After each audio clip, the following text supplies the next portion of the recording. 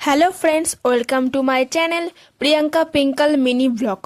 আজকে আমি তোমাদের কাছে শেয়ার করব গ্রাম বাংলার পরিবেশ। তার আগে যদি তোমরা চ্যানেলটিকে সাবস্ক্রাইব করোনি তো তারা অবশ্যই চ্যানেলটিকে সাবস্ক্রাইব করে দিও। এই গ্রাম বাংলা পরিবেশটা খুবই ভালো লাগে। শহরের কোলাহল থেকে দূরে শান্ত পরিবেশ সবারই ভালো লাগে। এর আগে ভিডিওতে আদিনা ফরেস্টে ঘোরার ভিডিও দেখিয়েছিলাম। ওখানকার গাছপালা পাখি এক কথায় খুবই ভালো লেগেছিল। তেমনি এই গ্রাম বাংলা পরিবেশও খুবই ভালো লাগে।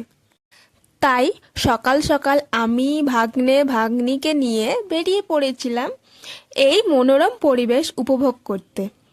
গাছগুলো দেখে বুঝতেই পারছো এগুলো ধান গাছ। এই ধান ক্ষেত ও গ্রাম বাংলা দেখতে কেমন লাগছে তা অবশ্যই কমেন্ট করে জানিও। তো মালদা থেকে আমরা চলে এসেছিলাম মামার বাড়িতে।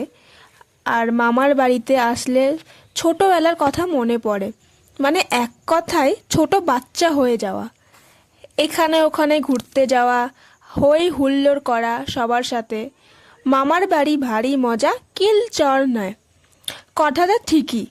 তো তোমাদের কার কার মামার বাড়ি গ্রামে তারা কমেন্ট করে জানাবে। এবার ধান ক্ষেত থেকে চলে আসলাম দিদির বাড়িতে। দিদির বাড়িতে কি কি গাছ আছে তো তোমাদের সাথে শেয়ার করব। তো দেখতে থাকো ভিডিওটা লাস্ট অবধি, কখনোই কোনো কিছু মিস করো না। বলো তো বন্ধুরা, এটা কি গাছ? যদি জেনে থাকো তা অবশ্যই কমেন্ট করে জানিও। তো আমি তো ফার্স্টে এটা বুঝতে পারিনি কি গাছ, তো দিদির কাছ থেকে পরে জানলাম এটা হচ্ছে একটা আলু, মানে এটা এটা পাট আলু। তো তোমরা কে কে পাট আলু খেয়েছো তারা অবশ্যই জানাবে।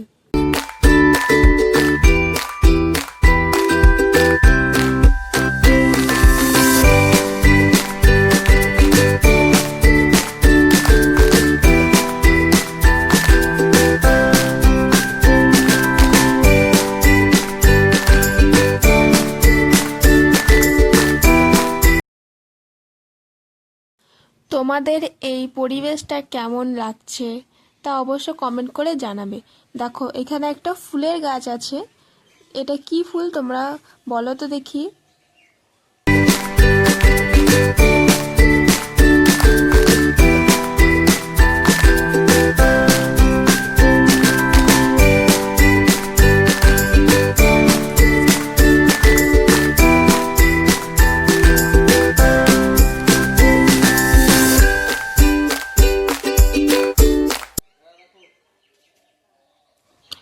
সকাল সকাল পুজোর জন্য কিছু ফুল পাড়ছিলাম, তো তোমাদেরকে ওটাই দেখাচ্ছি।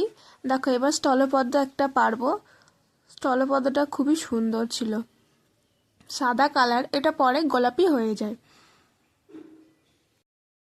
কারা আমার মতো ফুল ভালোবাসো তারা অবশ্যই কমেন্ট করে জানাবে। এই দেখো এবার স্থলপদ্মের পর দেখো কতগুলো শিউলি ফুল পড়ে আছে। এবার শিউলি ফুলগুলোকে তুলবো। তো তোমাদের ভিডিওটা যদি ভালো লেগে থাকে অবশ্যই লাইক কমেন্ট শেয়ার করতে ভুলো না বন্ধুরা। দেখো আমি ফুলগুলো কুড়িয়ে নিলাম। আর যারা যারা আমার চ্যানেলটিকে সাবস্ক্রাইব করোনি তারা অবশ্যই করে দিও। তো ভিডিওটা আমি এখানেই শেষ করলাম। তো বাই বাই বন্ধুরা, ভালো থেকো।